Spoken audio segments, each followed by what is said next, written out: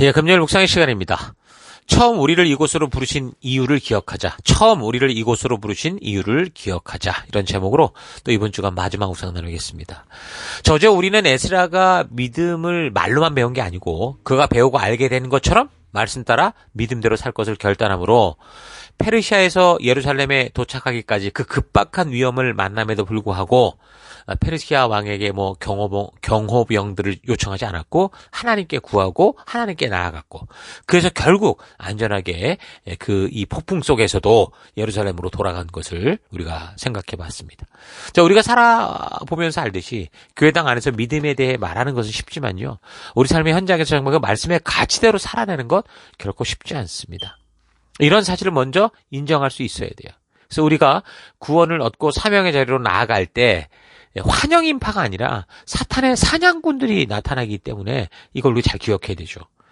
신앙의 삶의 현장에 대한 환상이 아니라 사실을 바르게 알고 그 다니엘처럼 그에 따라 말씀으로 철저히 무장하고 이 바벨론의 삶을 시작하면서도 결단하잖아요. 말씀의 가치로 살겠다. 우리도 그렇게 나아가야 되는 겁니다. 자, 그래서 이제 9장은 에스라 사역 초기의 그런 상황들인데 그가 돌아와서 예루살렘 사명자들의 삶을 이제 살폈겠죠.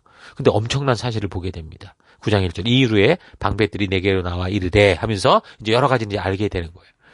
에스라가 지금 성전 재건 한 60년 만에 돌아왔다고 그랬는데 그가 백성들에게 충분한 신뢰를 얻고 사회 영적인 문제들을 해결할 수 있는 그런 존재로 그래도 인정이 된 걸 알 수 있는 거예요. 그 방백들이 와서 다 이제 얘기를 하는 걸 보니까. 그런데 저들이 살아가는 삶의 현장이 어땠냐면 참으로 지금 보면 하나님께서 제2의 출애굽과 같은 기회를 줘서 또 하나님 나라를 이루는 그 시작을 하셨는데 지금 얘기를 들어보니까 이 나라가 사명은커녕 또 무너지게 생긴 그런 아주 심하게 흔들리는 그 현실을 보게 된 거죠. 그래서 결국은 뭐였냐면 하나님 말씀의 그 가치, 시내산 약속이 시내산 법도가 규례가 말하는 정말 그 사람들끼리의 인권과 자유와 평등과 평화의 삶이 아니었던 거예요. 거기에다가 하나님의 믿음의 혈통을 지켜야 되는데 믿음이 아니라 섞이는 이런 일들까지 막 생겼던 거죠. 그러니까 역사적으로 볼 때 그렇잖아요. 믿음을 따라서 순종으로 하나님의 살아계심을 직접 경험했던 세대들이 있죠. 출애굽 세대, 여기 출바벨론 세대. 근데 그 세대들이 이제 사라져가면 이게 점점 그 다음 세대들은 이제 이 삶의 존재에 대해서 희미해지기 시작하죠. 그럼 결국 세상과 섞이게 되게 돼 있어요. 역사 속에서 그토록 죽을 고생을 하고 그 나라가 그렇게 빈약한 이 노예국처럼 사는 이유가 하나님 말씀에 대한 불순종의 역사가 만들어낸 건데 그래서 겨우 하나님께 용서받고 또 그래서 겨우 이렇게 그 포로로에서 귀환하여 그리고 이제 겨우 하나님의 그 은혜로 성전 재건을 이루었는데 이게 지금 에스라가 왔다면 그 이후 60년밖에 되지 않았는데 또 이 죄악의 쳇바퀴로 빠져 있더라는 거. 사사실의 쳇바퀴로 빠져 있더라는 거죠. 자, 안타까운 현상을 보게 된 겁니다. 포로 1세대였던 스룹바벨 같은 사람들이 살아있을 때는 아마 그러지 않았을 것 같아요. 학계 선지자, 스가랴 선지자 이런 사람들이 결국 도전하고 그러면서 그 포로로 돌아온 이후에 한 20년 어간의 그 고통과 어려움을 겪었던 그런 사람들은 아마도 그래도 흔들렸다고 해도 결국 말씀으로 돌아와서 순종했던 사람들이니까 아마 그때까지만 해도 괜찮지 않았을까 싶은데 이제 그런 1세대들이 떠나가고 점점 이제 다음 세대들이 자라가면서 급속도로 이제 이게 신앙과 윤리적으로 해이해지기 시작한 거죠. 주변 이방국들의 영향을 받아서 자신들이 존재하고 있는 정체성까지 이제 여기에 왜 우리가 살아야 되는지를 잊어먹은 거예요. 그것도 방백들, 두령들, 제사장들까지 그러니까 사회 지도층들이 다 그런 일에 먼저 휩쓸렸던 겁니다. 이게 중요한 게 리더들의 타협은요, 온 공동체를 속히 무질서로 무너지게 하는 원인이 되거든요. 그래서 한 교회가 개척될 때 하나님은 분명 그 교회가 존재해야 되는 분명한 그 어떤 사역의 이유, 방법을 주셔서 그렇게 나아가게 하십니다. 그래서 모두가 열심히 그 사명으로 무장하고 1세들이 달려가는데 그러다가 이제 세월이 흘러가고 사람이 떠나기도 하고 새로운 사람이 오기도 하고 그러다 보면 어느 순간인가 이 교회가 처음 부름받았던 그 부름에서 잠깐 빗나가는 거를 보게 돼요. 그동안 그 가치를 따라 애쓰고 수고해왔던 분명한 우리의 그 발걸음이 있는데, 역사가 있는데, 그게 뭐 그렇게 거추장스럽다고 느껴지게 되고, 이거 뭐 꼭 필요하냐. 그러니까, 새로운 세대들이 뭐, 예상치도 못한 그런 얘기들을 하죠. 그렇게 점차 처음 부르심과 목적과 그것을 이루기에 했던 약속이 어떻게 됐다는 그 가치를 잃었다라는 거죠. 우리 같은 경우 지금도 계속 매년 초가 되면 늘 이걸 되새기는 방향 점검 시간을 갖는데도 불구하고 중간중간 이런 일들은 수시로 벌어질 때가 많이 있습니다. 그래서 그 교회가 처음 하나님이 존재하게 했던 그 교회만의 칼라가 있는데 그 칼라를 점점 상실하죠. 빗발해 가는 겁니다. 그러기 점점 심해지면 어떻게 되냐면 이제 종교적인 교회가 될 수도 있거든요. 그래서 이 리더들은 더더욱 깨어 있어야 되고 하나님께서 우리를 처음 부르셨을 때 우리를 부르신 그 부르심, 그 첫 마음, 첫 각오, 첫 사랑을 잊지 않도록 해야 되는 것, 또 잘 전할 수 있도록 하는 거 잊지 말아야 됩니다.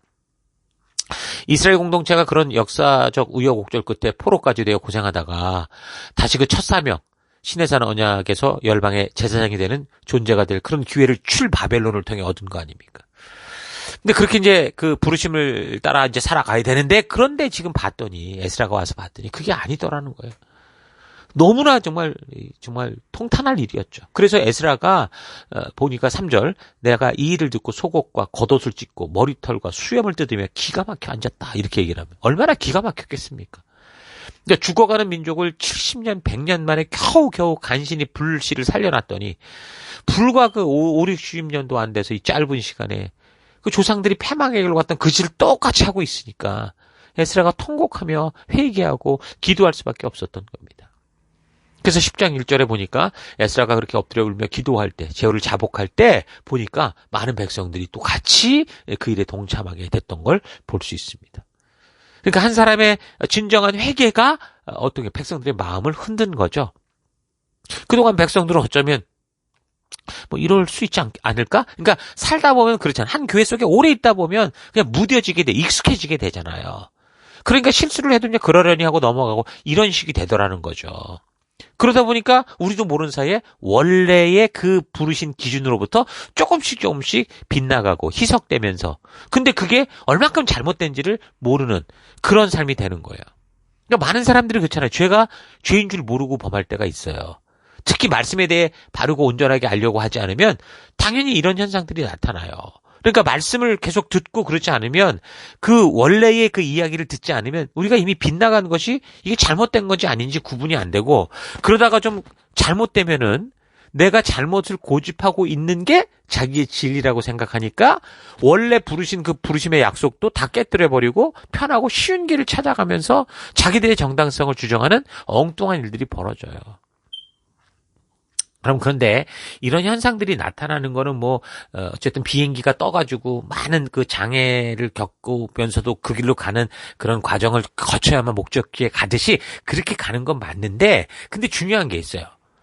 이제 이런 사실을 역사적으로 알고 바르게 배우고 이렇게 해야 되는데 나이가 충분히 그런 영적인 나이가 됐는데 그런데도 불구하고 지금 여기 있는데 여전히 뭐 그냥 똑같은 새를 한다 이거는요. 그 사람이 미숙함이 아니에요. 그럼 게으름과 욕심인 거죠. 그러니까 모르는 게 그 사람에게 변명이 될 수가 없다는 거예요. 유치원 때 저지를 실수를 대학생이 저지를 수 있다? 이건 말이 안 되잖아요. 이 사실을 잘 기억해야 됩니다. 그래서 교회는 부지런히 성도들에게 하나님의 뜻, 우리를 이곳에 부르신 이유를 알려야 되고 하나님의 자녀들은 부지런히 그 말씀을 배워야 되고 그래서 배워서 그 말씀을 근거로 우리가 모든 것들을 그 기준을 따라 분별하는 그런 분별의 눈을 가지고 바른 길을 걸어가야 되는 거예요. 그러니까 배울 수 없어서 못 배운 것과 어려서 모르는 것과 여러분 게으름과 핑계로 충분히 할 수 있음에도 불구하고 하지 않는 이건 전혀 달라요. 혹시 정말 몰라서 죄를 지었다고 하더라도 나중에 그 죄를 알게 된다면 즉시 그 죄악된 삶에서 떠나 나와야 되는데 그렇지 않고 고집을 피우면 이게 문제라는 거죠. 근데 본문의 내용을 더 보면 이런 사람들이 있었어요. 그런 와중에도 그렇게 드러나고 발견되고 있는데도 그걸 또 거절하는 그 일을 반대하고 무슬람과 레위 사람 10부대가 그들을 도왔다. 그러니까 어떤 사람이 반대하고 에스라가 바르게 가자 하니까 그걸 반대하는 사람이 있고 돕는 사람도 있더라 이거예요. 여기서 그 일이라는 게 뭡니까? 죄악을 떠나기 위해 잘못된 결혼을 했던 거를 말하거든요. 근데 몇몇 사람들이 고집하는 거야. 이것도 사랑 아니냐 이래가면서.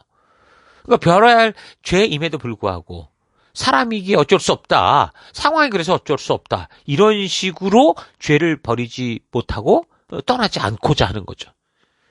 그러니까 그 충분히 에스라가 조사를 깊이 했잖아요. 이방인이라고 해서 무슨 혈통이 아니라 이거하고 문제가 아니었어요. 말씀의 가치와 부르심 따라 가느냐 안 가느냐 이거의 문제였는데. 그래서 바른 일을 하는데도 딴지를 걸고 심지어 바르게 가는 사람들은 오히려 더 정죄하는 사람들이 있었던 겁니다. 사람들이 죄악되는 것이 무엇인지 알면서도 변명하며 떠나지 못하는 건 뭐예요? 사실 욕심을 버리지 못하기 때문이죠. 그래서 성경을 통해 하나님의 음성을 듣고자 함이 아니라 자신들의 욕심대로 행해도 된다고 하는 근거가 되는 구절들만 자꾸 찾는 거예요. 그러니까 같은 성경을 봐도 내가 하는 행동이 맞다라는 걸 찾기 위해서 그런 경우가 많아요. 그게 오늘날 동성애를 주장하는 사람들이에요. 그 목사들이 심지어 퀴어 신학을 만들었잖아요. 완전히 미친 거 아닙니까? 자기들이 주장하고 바라는 것을 찾아내기, 그 어떤 지지를 얻기 위해 성경에서 그런 구절을 찾아가 또는 구절을 엉뚱하게 해석해서 저런 이단 사설을 만들어 놨다고요. 인간을 지으신 하나님께서는 이방인들과의 결혼은 결국 그 어떤 결과를 가져온다라는 걸 아셨기 때문에 사실은 조심하라 하셨던 거죠. 결국은 니네가 이렇게 기준을 벗어난 것을 고집하며 살게 될 건데 이방인과 결혼하면 그러면 결국은 너의 후손들이 어디로 가겠니? 라는 거였어요. 결국은 지옥으로 갈 수밖에 없다라는 거였거든요. 근데 이런 똑같은 말씀을 신약에서도 사도 바울이 다시 경고를 해요. 고린도서 6장에서도 그런 일이 있었다고요. 그러니까 전체 성경 흐름을 놓고 보면 이방의 개념이 뭐라고 그랬습니까? 단지 혈통이 아니라고 그랬어요. 하나님 말씀의 기준, 그 가치를 떠나 살아가는 거라고 그랬죠. 그래서 요즘 결혼에 문제가 참 많은데 결혼 대상자를 고를 때 이런 문제로 인해 고민스러운 것이 현실이죠. 혹시나 하나님에 대한 인식이 전혀 없는 그런 사람들과 사귀게 되면 또 워낙 교회 안에 이렇게 바르게 신앙으로 준비되지 못한 경우가 너무 많다 보니 자꾸 어떻게 살다가 세상 속에 살다가 세상 사람과 눈 맞아서 그렇게 되는 거예요. 지금 여기 그 에스라 시대가. 근데 만약에 그렇게 된다면 여기서도 기준을 분명히 믿음, 혈통이 아니라 믿음을 가지고 말씀의 가치를 가지고 따지듯이 먼저 전도해야 돼요. 하나님에 대한 인식이 들어가면요. 일단 신앙의 성숙도는 이제 그때 시작이니까 사실 성경에는 먼저 된 자가 나중되고 나중된 자가 먼저 된다는 말도 있으니까 이거는 뭐라고 말 못해요. 중요한 건 뭐냐. 먼저 그 사람이 하나님의 살아계심을 믿을 수 있는 사람이 돼야 되고 그리고 그분이 우리에게 주신 하나님이 우리에게 주신 그 말씀에 있다. 이거. 그래서 이 말씀을 바르게 알고 이 말씀을 서야 된다. 이 사실 앞에 서는 것까지 가야 돼요. 그리고 사귀고 그리고 또 이제 결혼도 하고 그럴 수 있겠죠. 그러니까 이스라엘 민족 같은 경우는 솔로몬이 그 다윗 이후에 정말 최고의 그 순간에 그 이집트 여자 데려와가지고 그런 짓거리를 시작하면서 결국은 이제 어떻게 된 거예요? 이 나라가 끝장나고 만 거 아닙니까? 그래서 하나님은 이런 영적인 위기 속에 있는 저들에게 사실 이 시대에 에스라를 보낸 거죠. 그래서 에스라의 등장은 정치적으로 겉으로 드러난 이유 내면에 하나님께서 이렇게 흔들리는 백성들을 붙들기 위해 그러니까 페르시아 입장에서는 그 흔들리는 사회를 바르게 잡겠다는 거였지만 사실 하나님은 그 안에 하나님 나라를 온전케 하겠다. 하나님 백성을 온전케 하겠다라는 분명한 뜻이 있었다라는 겁니다. 그래서 에스라를 보내서 그 부르심의 의도가 빗나가 있는 그 이 종교화된 일들과 이 거짓된 이 타협들을 전부 깨뜨리고 그런 것들을 바르게 온전케 하기 위해서 결국 뭐예요? 선지자가 왔다는 것도 위험한 순간이라는 거예요. 그 시간이 넘어가면 어떻게 된다는 거예요? 자칫 이제 패망과 멸망에 갈 수 있는 그런 위급한 순간에 지금 에스라를 보내셨던 겁니다. 그래서 에스라라고 하면 학사다 그렇게 많이 부르지만 사실 에스라는 선지자로 보는 게 더 맞죠.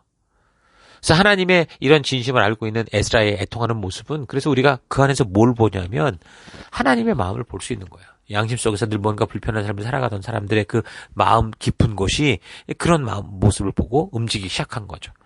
그래서 변화되기로 결단하고 죄악된 것을 파악하고 철저히 이제 고치기 시작하는 겁니다. 그러니까 여러분 죄를 고칠 때는 철저하게 고쳐야 돼요.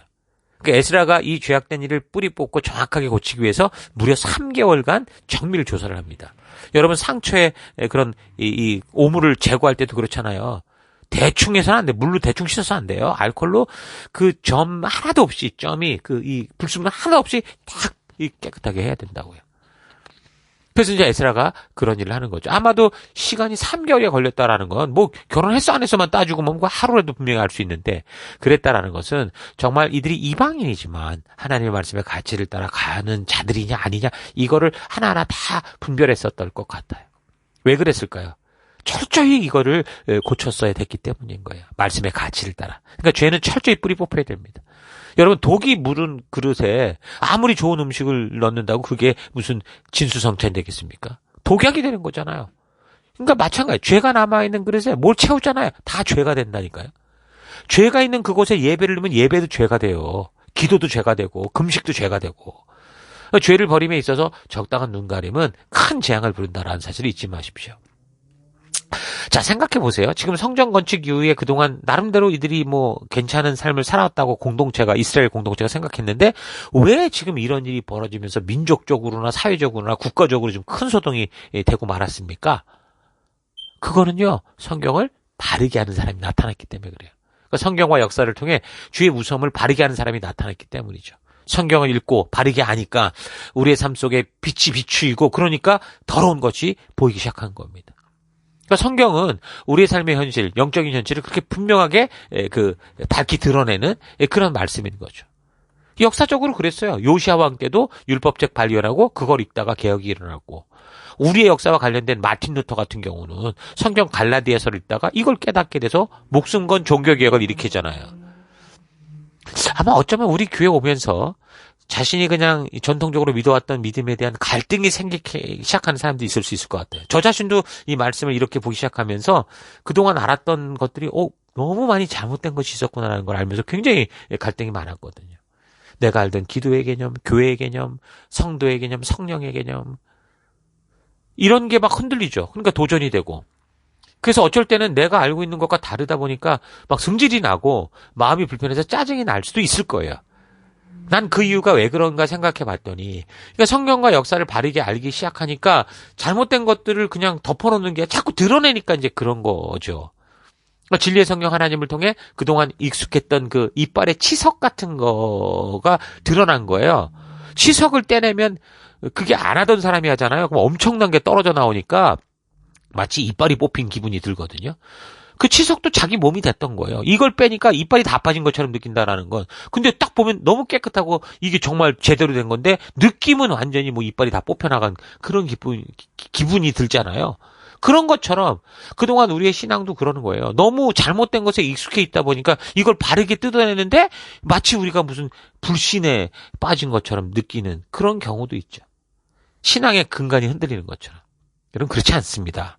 이런 사실 잊지 마시고 힘들 내서 그 불편함들 성령이 말씀하시는 그 불편한 마음을 가지고 성경으로 들어가십시오. 그래서 역사를 통해 하나님께서 말씀하시는 하나님의 의도, 하나님의 귀한, 하나님의 진실한 마음을 만나는 거듭남이 있기를 바랍니다. 오늘날 많은 교회들이 교회 개혁을 부르짖는데 그 개혁을 하는 데 있어서 무슨 성장 세미나니 뭐니 뭐 이렇게 해서는 안 돼요. 성경으로 돌아가야 돼요. 말씀을 바르게 알잖아요. 하나님의 의도를 알면 저절로 변화가 일어나요. 개혁이라는 게 구호로 되는 게 아니라고요.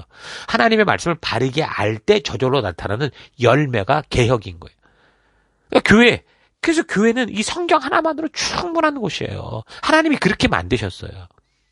교회와 성도들의 바른 성장도 그렇다라는 거. 그래서 뭔가 굉장한 걸 해야 뭐 교회가 성장하고 그런 게 아니고요. 성경에서 하라고 한 것만 하면 돼요. 하지 말라고 한 거 하지 말고. 그러니까 교회가 이렇게 복잡하고 이렇게 다변화해야 될 필요가 없어요. 하나님의 말씀 앞에 말씀의 가치를 가지고 살아가는 그런 하나님의 그 사람들, 하나님의 백성들을 세워가기만 하면 돼요. 그러면 이 사회가 변하고 이 모든 이 국가가 변하고 그리 된다는 거죠. 근데 오늘날 교회들이 너무나 많은 일을 해요. 욕심 부리지 말아야 됩니다. 순종이 힘든 이유가 뭡니까? 정말 말씀이 우리를 힘들게 해서가 아니에요. 하나님은 우리가 감당치 못할 걸 주시지 않는다고 그랬어요. 그럼 왜 힘들까? 그건 내가 하고 싶은 욕심을 버리지 않기 때문에 힘들어 보이는 거예요. 욕심을 버리지 않으니까 순종하기 싫고 그러니까 계속 핑계와 변명이 드러나고 그러니 무겁고 힘들죠. 하나님이 우리에게 이렇게 감당할 것만 주신다고 했는데 뭐가 힘들겠어요, 사실. 사람의 최고의 가치라고 말하면 생명일 거예요. 그렇죠? 근데 다니엘과 그 친구들 같은 경우 어떻게 해서 목숨 놓고 믿었잖아요. 그 하나님이 그걸 주신 걸 알고 이것까지 주는 게 맡기고 믿다 보니 어떻게 하는 거예요? 믿음의 행동들이 나와요. 황관장에게 우리가 이렇게 음식을 못 먹습니다. 왕이 그리하실지라도 우리는 절할 수 없습니다. 전부 그렇게 되는 거예요. 그게 다 뭐라고요? 하나님의 말씀 앞에 온전한 기준이 설 때 이제 그런 일이 저절로 나타나는 거죠. 그래서 하나님은 지금 에스라 선지자를 통해 바로 이제 이런 얘기를 해이어져가는 이 당신의 자녀들을 보면서 또 통곡하시는 거예요. 에스라의 회개와 눈물은 그런 거죠. 하나님의 가슴에서 터져나왔던 눈물이었던 거예요. 자, 그래서 그렇게 고생하고 겨우 생명의 불씨를 살렸는데 또 이래야 되냐? 너무 큰 아픔이었고 너무 큰 눈물이었던 거죠. 에스라의 이야기는 이런 식으로 이제 역사가 마무리됩니다. 이 역사가 이렇게 전해지고 있습니다. 이렇게 이제 에스라가 죄를 청산하는 기록까지 나오는데 아마도 다음 주에는 또 이 역사와 연결되어 가는 다음에는 느헤미야 역사를 또 계속 연결해 살피게 될 겁니다. 자, 오늘 하루 나의 삶에서도 하나님의 말씀의 가치를 상실하고 세상과 혼합된 것을 추구하면서 그것이 옳은 것이라고 생각하고 있는 것은 없는지 잘 되돌아봤으면 좋겠습니다. 처음 우리를 이 교회로 부르실 때 알게 했던 그 사명을 이루는 방법, 이게 이제 여전히 우리 마음속에서 성실하게 좀 감당하고 있는지, 아니면 어느 순간 자꾸 편리하고 쉽고 단순하고 이렇게 가고 있지는 않은가 좀 되돌아봤으면 좋겠어요. 우리가 예수님의 피로 말미암아 거룩한 존재로 부름받을 때 편하고 쉬운 삶을 살기 위해 부름받은 게 아닙니다. 바르고 온전한 빛된 삶을 위해서, 그래서 어쩌면 이 세상에서 불편한 삶을 위해 우리가 부름을 받았던 거예요. 아무도 안 하니 그 길을 가자, 그 골고다의 길을 가자고 예수님 보내신 것처럼 우리를 보내신 거죠. 근데 어느 순간 자꾸 편리하고 쉬운 것을 추구하고 있지 않은가. 아직도 계속해서 누군가를 섬기기보다 나를 섬겨달라고, 내 거 달라고, 달라 하는 그런 존재가 되지는 않았는가 되돌아봤으면 좋겠습니다. 시간을 만드신 하나님께서 그 시간 속으로 들어오셔서 인간이 가지는 제한 속에 함께 거하시면서 인간들을 섬기고 하셨던 것처럼, 섬김을 받으려 하는 게 아니라 섬기러 오셨던 것처럼 우리도 그런 삶을 살아가는 우리가 되기를 바랍니다. 기적은 잠깐이지만요, 삶은 영원합니다. 하나님은 우리를 기적을 만드는 마술 학교로 부른 게 아니에요. 하나님 나라의 가치를 따라 어둠 속에서 빛을 밝히는 성도의 삶으로 부르셨습니다. 그런데 나는 그런 하나님을 기적을 만들어내는 마술사로 만들려고만 하고 있지 않았는가 되돌아보고, 우리는 하나님과 동행하는 삶으로 부르신 그 성도의 삶이다라는 거 알고 그 길로 바르게 나아갔으면 좋겠습니다. 성전 재건의 기적은 잠깐이었어요. 다시 유대 백성들이 하나님의 가치를 따라 살아내는, 말씀의 가치를 살아내는 열방의 제사장으로서의 삶이 펼쳐진 거거든요. 그것처럼 우리에게 주어진 상황과 환경을 우리가 자꾸 바꾸려고 하지 말고, 우리 삶에 벌어진 이 어떤 상황과 환경 속에서도 하나님의 뜻을 따라 그렇게 살아내는 여러분과 제가 되기를 주의 이름으로 축원합니다. 오늘 하루도 힘내십시오. 잠시 기도하겠습니다. 하나님은 우리가 이 땅에서 살아가는 동안 하나님의 진심을 아는 백성으로 살아가기를 원하시는데, 나는 자꾸 하나님을 기적의 주인공으로 만들려고만 했던 삶 회개합니다. 하나님께서는 우리를 기적으로 부른 게 아니고 하나님 말씀의 가치를 따라 살아가는 삶으로 부르셨다는 사실을 잊지 말고, 나의 삶의 현장에서 하나님을 마술사로 만들려는 신앙이 아니라 하나님의 말씀의 가치를 따라 살아가는, 우리 하나님을 열방에 알리는 거룩한 제사장된 삶 살아가기 원합니다.